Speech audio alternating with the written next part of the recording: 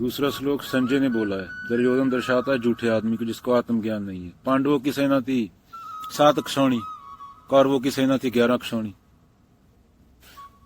तो द्रोणाचार्य के पास नर्वस होके जाता है, पांडवों की 7 अक्षौणी सेना देख के डर जाता है, जबकि उसके पास द्रोणाचार्य होते हैं, भीष्म पितामह होते हैं, कर्ण होता है, सब अजय योद्धा, अश्वत्थामा होता है, फिर भी डरा हुआ है वो।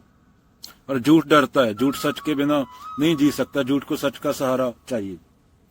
और झूठ देना नहीं जानता, सच हमेशा देना जानता है, प्रेम हमेशा देना चाहता है। बुद्ध बोलते ना, give even if you have only little.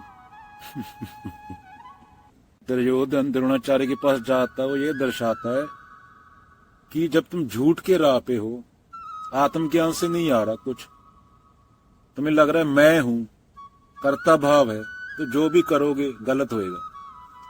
जैसे बुद्ध का भी कोट बोला ना, give even if you have only little. तो अगर 5 गांव भी दे देता तो युद्ध नहीं होता ना। कृष्ण मूर्ति बोलते हैं, you can never hear a word from anyone, you can hear your own translation always. क्योंकि पहले से ही लोग भरे हुए थे ना, कोई वचन था, किस वचन निभा रहा था, कोई अपना कर्तव्य निभा रहा था, कोई दाल रोटी का नमक का वो अदा कर रहा था। कर्ण, भीष्म पितामह, द्रोण। तो अर्जुन ही था उस टाइम पे जिसको बोला जा सकता था कुछ। अर्जुन ही खाली हो सकता था उस टाइम, बाकी ने हाथ खड़े कर दिए थे कि हम तो झूठ की साइड पे ही हैं।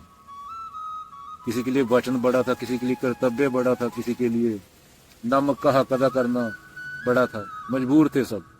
सच सबसे बड़ा होता है,